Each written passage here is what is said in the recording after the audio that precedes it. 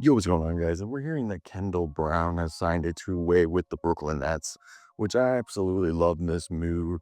Kendall Brown was actually a guy, if you guys don't know, for the last 2 years, I've done scouting for some G League teams, specifically around the G League draft.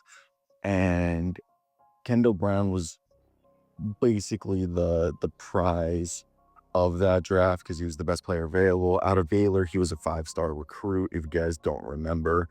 Really talented player, but the whole thing with Kendall Brown was he was with the Pacers and he ended up going in the second round. He actually played at Sunrise Christian Academy in Kansas, which is where Christian Brown played and a bunch of other and Grady Dick as well.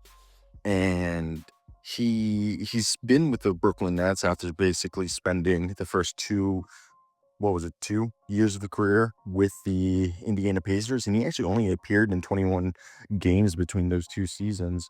So to me, I think the biggest thing there with a guy like Kendall Brown was that he has all the physical tools you would want from a player of his size. Like he's talented, he's big, he can play the combo forward position, which I think is a luxury when you have someone who has, I believe, if I remember, that he has a 40-inch vertical, which is pretty useful. And one of the things that has just kept him from breaking into the NBA at a level that would have kept him consistently is the Pacers went from being a rebuilding team to a team that was ready to compete a lot quicker than one initially thought. So to me, I think he was just somebody who ended up getting roster crunched as,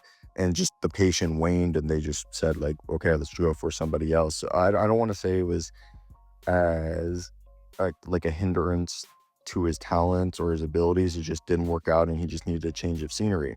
And did he underwhelm as a prospect when he was with the Baylor Bears? Yeah, one could look at it like that, but I think if you've followed him in the G League, which so far 6'8" man who's only what 22 years old, he'll turn 22 years old.